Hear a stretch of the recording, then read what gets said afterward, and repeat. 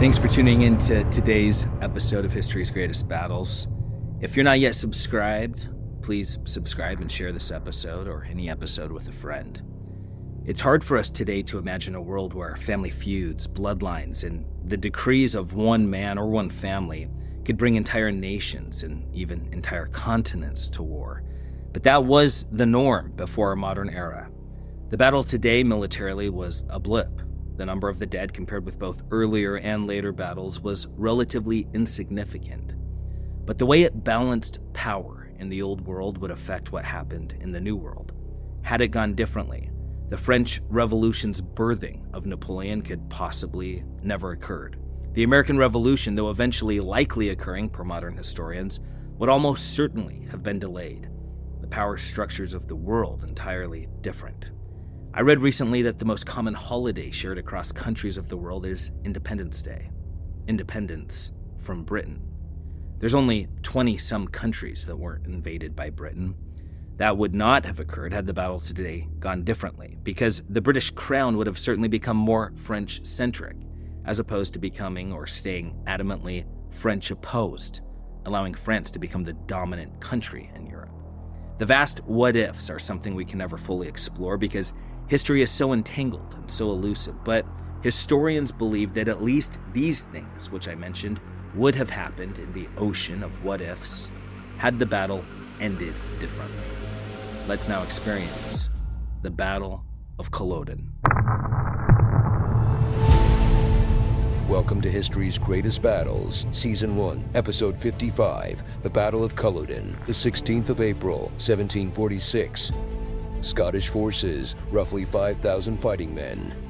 English forces, roughly 9,000 soldiers. The crushing defeat at Culloden sealed the fate of the Scottish Catholic royal line, ending their final bid for the throne of Great Britain. It also reaffirmed the deep-rooted animosity between Britain and France, a rivalry that would only intensify with the outbreak of the 7 Years' War a decade later. The saga of Culloden reaches far beyond the battlefield bloody moor, back 200 years to the iron-fisted reign of England's King Henry VIII, a monarch whose will reshaped the very fabric of nations.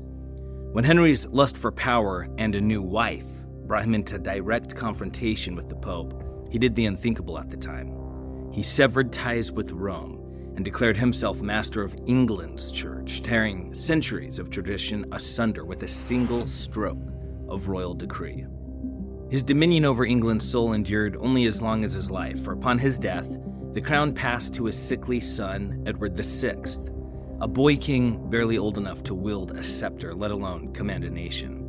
But Edward's brief reign ended abruptly, and the throne shifted to his elder half-sister, Mary, a woman of unyielding Catholic fervor determined to resurrect the power of the papacy in England. Mary wasted no time.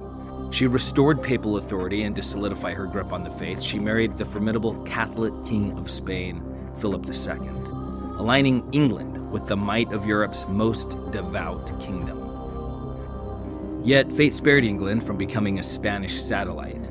After 5 turbulent years, Mary died without an heir, leaving her half-sister Elizabeth to ascend the throne, a woman every bit her father's daughter and no friend to the Pope.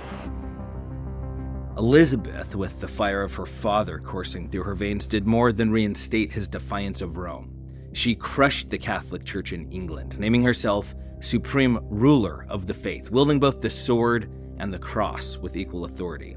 This bold act set her against the Catholic titans of Europe. Yet Elizabeth played the ruthless game of power politics with unmatched skill, bending nations to her will as deftly as any king before her. But even Elizabeth, in all her mastery, could not defy death. Childless, her crown passed to her Scottish cousin, James VI of the House of Stuart, a man poised to unite 2 kingdoms under a single banner in 1603. Though no Catholic, James brought greater formality to the Anglican Church, establishing bishops to anchor his authority over both religious and secular matters. His son, Charles I, inherited neither his father's tact nor his restraint. In his blind ambition to dominate Parliament and suppress the rising Puritans, he plunged England into civil war in 1642, a bloodletting that would forever scar the nation. Charles met his own end not in the bedchamber of old age, but beneath the executioner's blade, after Oliver Cromwell's relentless army shattered the royalist cause and abolished the monarchy itself, leaving England a kingdom without a king. When the fragile protectorate collapsed, Charles II crawled out of exile in France to reclaim his father's throne, but it was a crown he would wear in the shadow of Parliament's growing might, the monarch's power forever diminished. The Stuart line's troubles were far from over, though. Charles's son, James II, unwisely flaunted his Catholic faith, sparking a new rebellion. By 1688, England had had enough, and in a daring coup, offered the throne to Protestants William and Mary of Holland. Queen Anne, their heir, left no child to follow her, and once again Parliament sought foreign blood, this time calling upon the Protestant George I of the House of Hanover to take the English throne.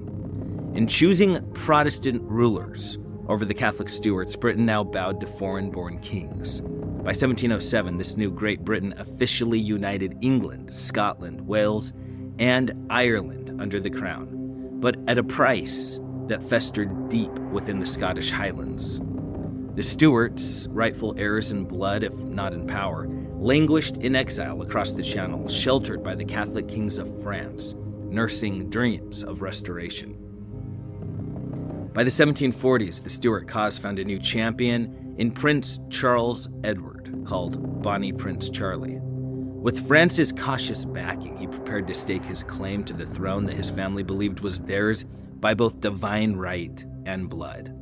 Here, politics and religion were not mere allies, but inseparable forces that moved armies and toppled crowns alike.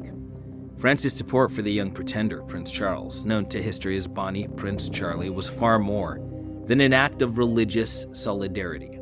His claim promised France an ally in the halls of British power, a dagger at the very heart of England. In 1745, Britain was locked in yet another bloody contest on the continent, the War of the Austrian Succession, which had ignited 5 years earlier, split Europe into warring camps. England and France, eternal enemies since the medieval clashes of the 100 Years' War, found themselves once again pitted against one another in the violent chessboard of European power. May of 1745 brought humiliation to Britain's armies. At Fontenoy, in the fields of Flanders, British forces and their allies were crushed in a defeat that reverberated across Europe. With British arms reeling from the blow and the cabinet crippled by infighting, the moment Charles had long awaited was finally at hand. The kingdom appeared vulnerable, distracted, and ripe for the taking. Despite caution from the French court and even from within his own circle, Charles was resolute.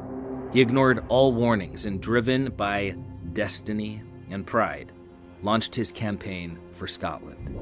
The price of his defiance was French hesitation, leaving him without the military aid he so desperately needed. On August the 3rd, 1745, Charles touched Scottish soil in the Hebrides, nearly alone, the weight of history and an empire resting on his shoulders, but only with a handful of men by his side. Scotland, torn by its own fractures of religion and loyalty, was no easy ground to rally. The Highland Catholic clans, fierce in their hatred for the English crown, answered Charles's call to arms.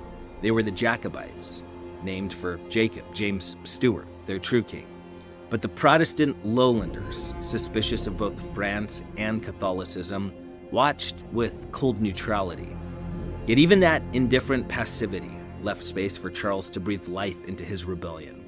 He gathered 2,000 hardened Highlanders, their loyalty forged in ancestral hatred of the English, and by mid-September, Edinburgh, the ancient capital of Scotland, fell into his hands.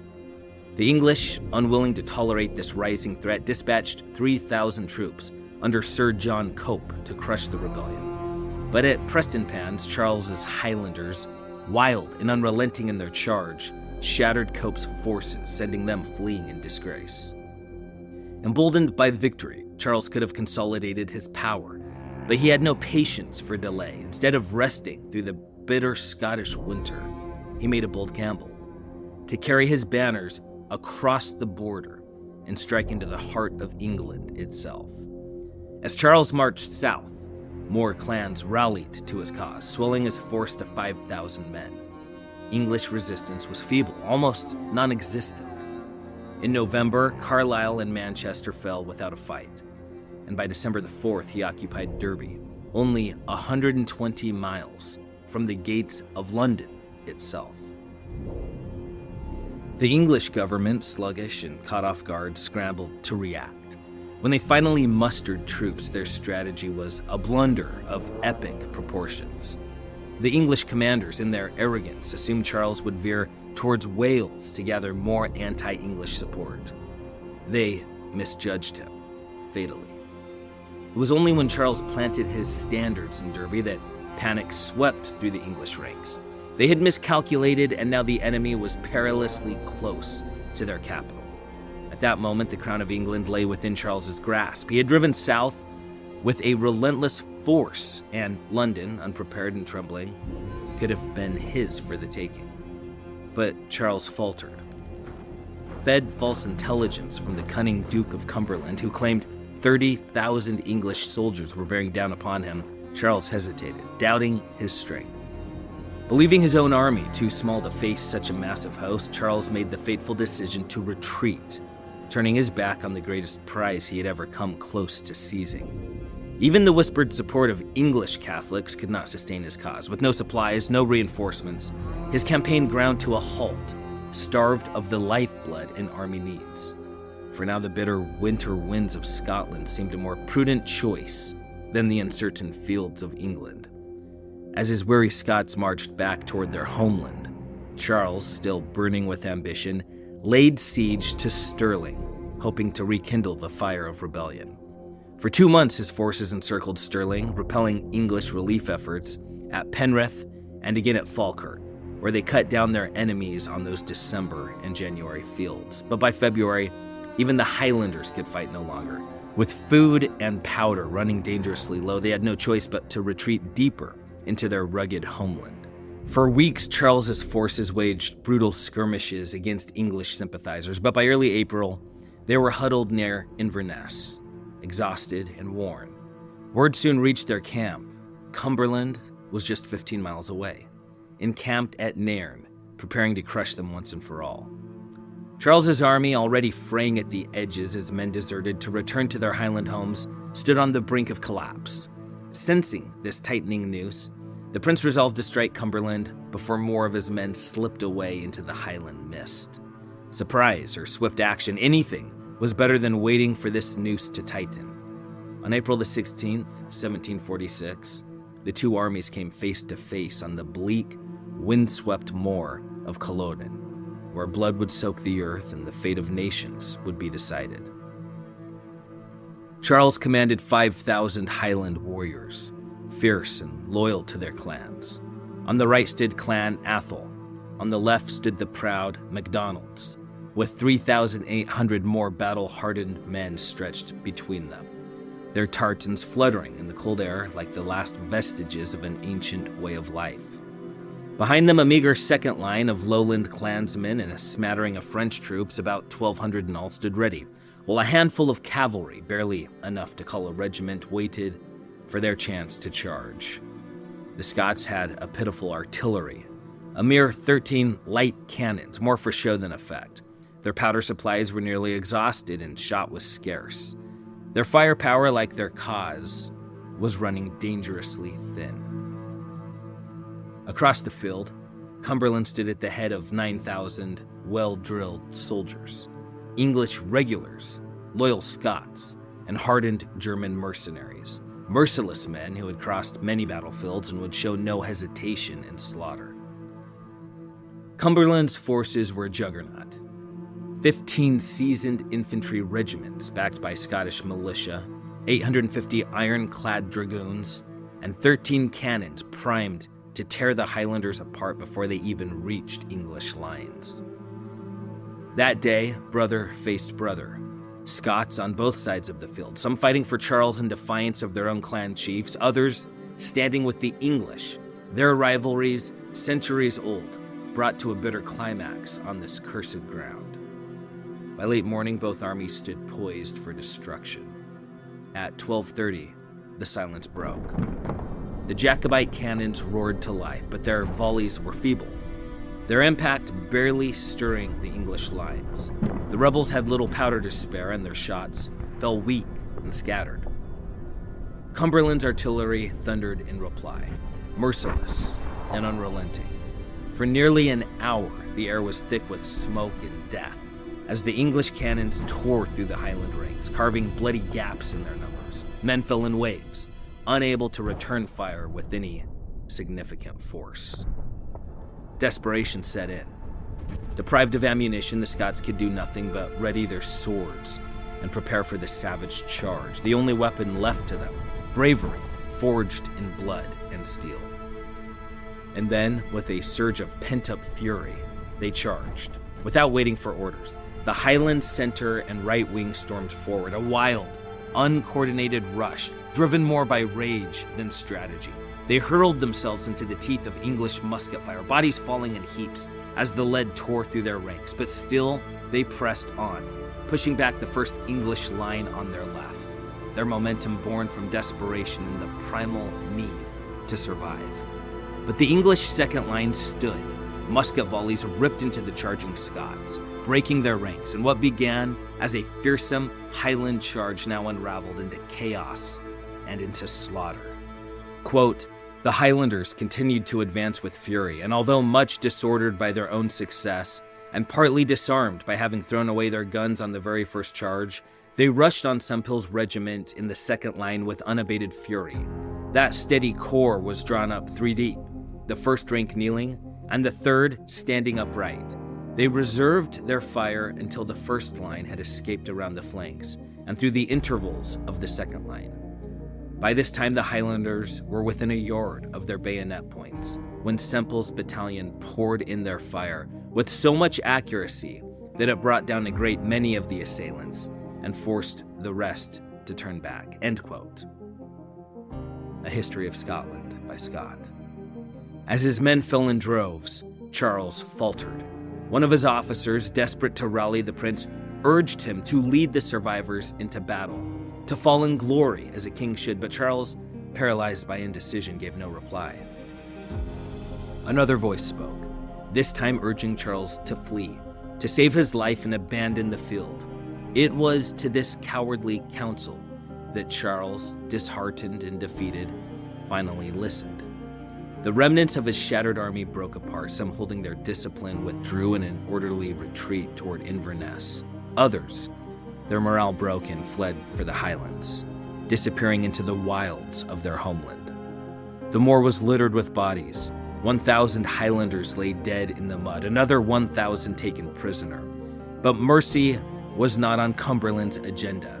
He had given the order for no quarter, and soon the captives would join their brothers in death. After 10 months of relentless advance and daring victories, the rebellion known simply as the 45 crumbled into dust, its hopes shattered on the moor of Culloden, the dreams of a Stuart restoration extinguished. In the days that followed, Cumberland's troops unleashed hell upon the Highlands. They hunted down every survivor they could find, killing without mercy. Rumors spread of executions so indiscriminate that even those who merely looked suspicious were cut down where they stood. For 5 ruthless months, Cumberland scoured the Highlands, erasing all traces of rebellion with fire and with sword. His campaign of terror left scars that would fester in Scotland's soul for generations, birthing a hatred that would not die easily. As Cumberland's men ravaged the Highlands, Bonnie Prince Charlie remained a fugitive, barely kept alive by the loyalty of a few staunch supporters. When the English finally turned their blood-soaked boots back home, Charles slipped away, retreating to France, a defeated prince with a ruined cause. The consequences of Charles' failed bid for the throne were nothing short of devastating for the Highlands. The land of the clans would never be the same again. The English crown, its patience exhausted with the rebellious Highlanders, made a chilling decision.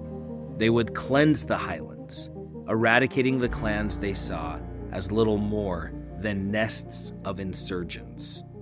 The brutal process became known as the Highland Clearances, a calculated purge of an entire people, the likes of which the Highlands had never seen. The English nobility, now gifted vast swaths of Highland land, wasted no time. They began clearing the countryside, evicting the people by the thousands, replacing villages with sheep pastures, and leaving barren hills where once proud clans had thrived. Those Highlanders who remained became little more than serfs, bound to the land but robbed of their freedom. Tens of thousands were forced into exile, their homes reduced to ashes, their fates cast adrift on foreign shores. Many sailed to America, where they would one day fight in another war, this time against the very crown that had exiled them. 30 years after Culloden, the sons of Highlanders would carry arms in the American Revolution, bringing their ancestral defiance to the New World. For the Highlanders who remained behind, survival came at a cost. Their culture, centuries of tradition and pride, was all but annihilated. The English sought to break their spirit completely. Gaelic, the ancient tongue of the clans, was banned. Wearing a tartan, the symbol of their identity, became a capital offense. Even the mournful wail of the bagpipes, once the battle cry of Highland armies, was silenced by law, as though the very soul of the Highlands could be erased by decree. The final blow came through the imposition of English schools. The language of the conqueror was forced upon the children of the Highlands as the English sought to remake the very minds of a proud and broken people. Yet, for those clans who had betrayed their fellow Scots and stood with the English, life was different. They were rewarded with favor, and many were enlisted into the British Army, where they would prove their worth on the battlefields of Europe, serving with distinction during the Napoleonic Wars. Though these Highland regiments were first raised as temporary forces, their valor would not be so easily dismissed. After Napoleon's fall in 1815, many of these units became permanent, marching under British banners in wars across the globe. In time, even the symbols of Highland pride, the kilts and pipes once outlawed, were reinstated. They became not only symbols of rebellion, but badges of honor, woven into the identity of Highland regiments that fought in the British Army until the dawn of the Second World War, when the pipes finally fell silent on the battlefield. But beyond the broken bodies and the burned homes, Culloden's legacy was the firm cementing of the Hanoverian dynasty. With its Stuart threat obliterated, the line of kings that began with George I now reigns unchallenged as the House of Windsor, a direct result of the blood spilled on that Scottish moor. History would have been irrevocably altered had the Stuarts succeeded in reclaiming their throne. When the 7 Years' War erupted in 1755, it was the old enmity between Britain and France that drove the conflict, both in the forests of North America and on the battlefields of Europe. Had Bonnie Prince Charlie worn the crown, that war, like so much else, would have unfolded very differently. The clash between Britain and France and America might well have ended with a diplomatic settlement rather than a prolonged war. And without English gold propping up Frederick the Great's armies, Prussia would have fought alone, weakening the might of Europe's rising powers. The balance of power in Europe, instead of favoring Britain, would have tilted toward France, reshaping the very foundations of the continent's politics.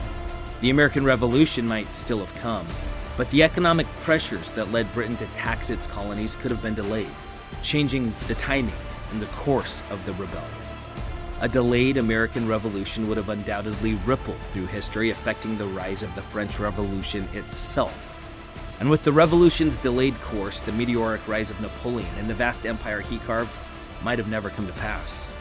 In the end, Culloden's significance lies not just in what happened that day, but in the countless what-ifs, the vast tides of history that could have shifted had the Stuarts reclaimed their throne. The world as we know it was forged in the blood and defeat of that April day.